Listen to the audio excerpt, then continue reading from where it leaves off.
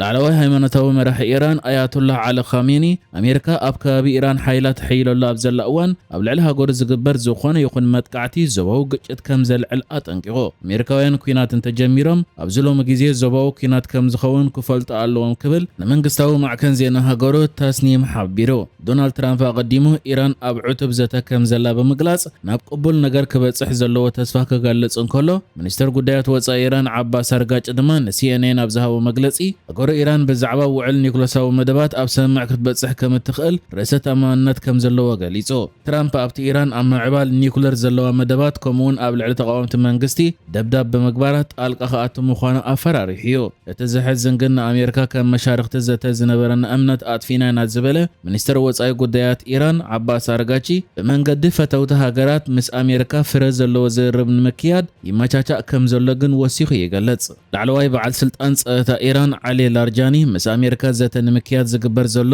ምንቅስቓሳት ይስጉም ከም ዘሎ ኣቐዲሙ ገሊጹ ነይሩ እዩ። ኣሜሪካ ከም ኣካል ኣብቲ ዞባ ተሓይሎ ዘላ ወተሃደራዊ ሓይሊ ነፈርቲ ትጽዕን ዩኤስኤስ ኣብርሃም ሊንከን እትበሃል ዓርሞሸሽ ናይ ውግእ መርከብ ናብቲ ዞባ ከም ሰደደትን ማእከላይ እዛ ኣሜሪካ ዝሓለፈ ሰሙን ኣብ ባሕር ዓረብ ትንቀሳቐስ ከም ዘላን ገሊጹ እዩ።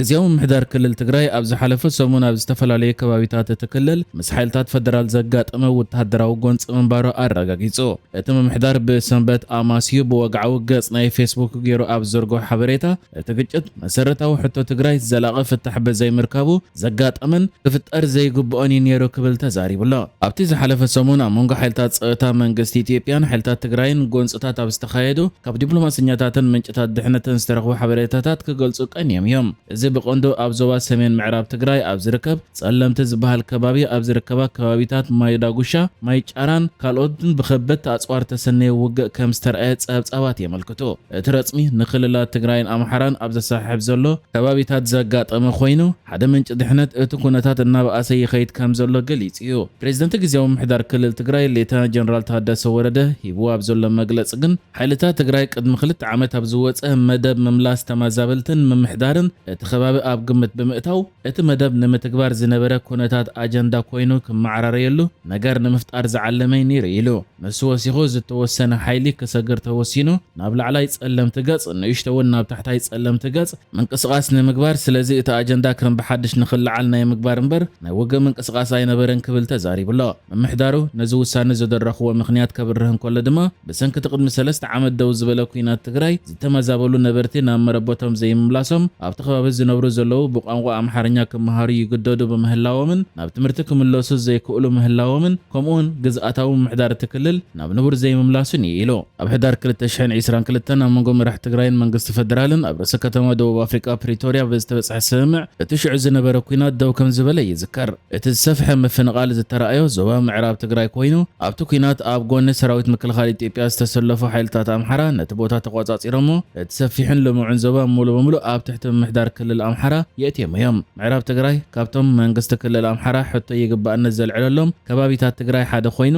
ውዕል ፕሪቶሪያ ብሕገ መንግስታዊ መንገዲ ፍታሕ ክረክብ ዝብል ኣስፊሩ ይርከብ። ግዛታዊ ሓድነት ትግራይ ናብ ንቡር ምምላስን ተመዛበልቲ ናብ መረቦቶም ምምላስን ሓደ ካብ ዓንቀጻቱ ዝገበረ ስምምዕ ፕሪቶሪያ እውን 3 ዓመት እኳ እንተቁፀረ እቲ ጉዳይ ከይተፈትሐ ግዳያት ኣደዳ ቁርን ፀሓይን ኮይኖም ንዝተፈላለዩ ሕማማትን ቆጠባዊ ጸገማትን ተቃሊዖም እዮም ዝርከቡ። እዚ ኣብ ትግራይ ኣብ መንጎ ሓይልታት ፌደራልን ሓይልታት ትግራይን ኣጋጢሙ ዘሎ ግጭት በዘመልክት ድማ በዘተፈላለዩ ሃገራትን ውድባትን ዲፕሎማስኛታትን መግለጺታት ይወሃብ ኣብ ዘለውሉ ግዜ ብሪጣንያ ዜጋታታ ናብ ትግራይ ከይገሹ ኣጠንቂቓ። ዓባይ ብሪጣንያ ብሰንኪቲ ኣብ ቀረባ ሰሙናት ኣብ መንጎ ሓይልታት ትግራይን ፌደራልን ዝረአ ዘሎ ውጥሪ ዜጋታታ ናብ ኩሉ ከባቢታት ትግራይ ከይገሹ ኣጠንቂቓ ዘላ። ብጽሕፈት ጉዳያት ወጻኢ ሓበራዊ ሃብትን ልምዓትን ዓባይ ብሪጣንያ ንዜጋታቱ ኣብ ዝሃቦ ማዕዳ ጉዕዞ ዜጋታት ብሪጣንያ ድሕርቲ ደጊሙ ተላዒሉ ዘሎ ግጭት ናብ ኩሉ ከባቢታት ትግራይ ከይገሹ ኣጠንቂቑ። እዚ መጠንቀቕታ ኣብ ዞባ ደቡብ ትግራይ ድሕሪ ዝተፈጸመ 2 መጥቃዕቲ ሰብ ኣልቦ ነፋሪት ዝመጽእ ዘሎ ምዃኑ ይግለጽ።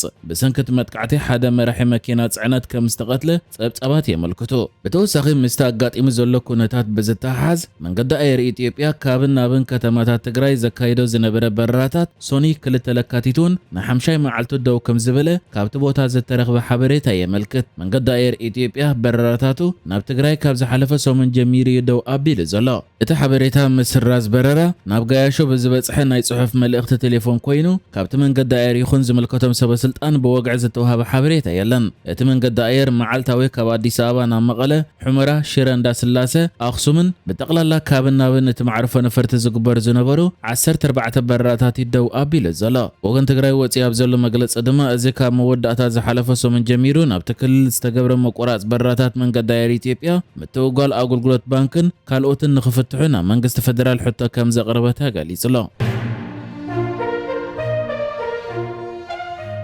ኣብ ሕብራት መንግስታት ኣሜሪካ ዘረብ ኮይኑ ዘሎን ኣብ ሓደ እዋን ድማ ናቱ ውልቃዊ ደሴት ዝነበረቶን ኣብታ ደሴት ድማ ልዑል ጽልዋ ዘለዎም ውልቀ ሰባት ብምዕዳም ኣብ ልዕሊ ትሕቲ ዕድመ ደቂ ኣንስትዮ ኣነዋሪ ተግባራት ይፍጽም ከም ዝነበረ ዝግለጽ ብህይወት ዘየለ ኣብ ቤት ማእሰርቲ ዝዓረፈ ኤፕስቲን ብዝምልከት ሚኒስትሪ ፍትሒ ኣሜሪካ ብዙሕ ጸብጻባት ይዝርጋሕ ኣብ ዘለወሉ ግዜ ኢትዮጵያን ኤርትራውን በተደጋጋሚ ኣብቲ መስገለ ሰበስልጣን ውልቀ ሰባትን ዝገብሮ ዝነበረ ናይ ኢሜል መጽሓፋት ከም ተጠቕሳ ዘርኢ ጽሑፋት ተዘርጊሕሎ ኣብቲ ብሚኒስትሪ ፍትሒ ኣሜሪካ ተዘርጊሑ ዘሎ ኢሜላት ናይ ጄፍሪ ኤፕስቲን ኣብ ሓደ ኢሜል ኤርትራን ኢትዮጵያን ሓቢረን ዝተጠቕሳ ኮይነን ኣብቲ ኢሜል ድማ እቲ ጸሓፊ ናይቲ ኢሜል ምስ መራሕቲ ኤርትራን ኢትዮጵያን ከም ዝተራኸበ ድሕሪ ምግላጽ ምስ ቻይና ዘለዎም ቅርበትን ስራሕን ጠጠው ከብልዎ ወሲኖም እዮም ክብል እንከሎ እቲ ሽጣራ ሕጂ ተረዲኦም እዮም ድሕሪ ምባል ድማ ገዳ ሓቂ ከዓ ክልቲአን ሃገራት ንኽሕወሳውን ተኽእሎ ኣሎ ክብል እዩ ኣብቲ ኢሜል ተሰኒዱ ዝርከብ ኣብቲ ኢሜል እቲ ምስ መራሕቲ ኤርትራን ኢትዮጵያን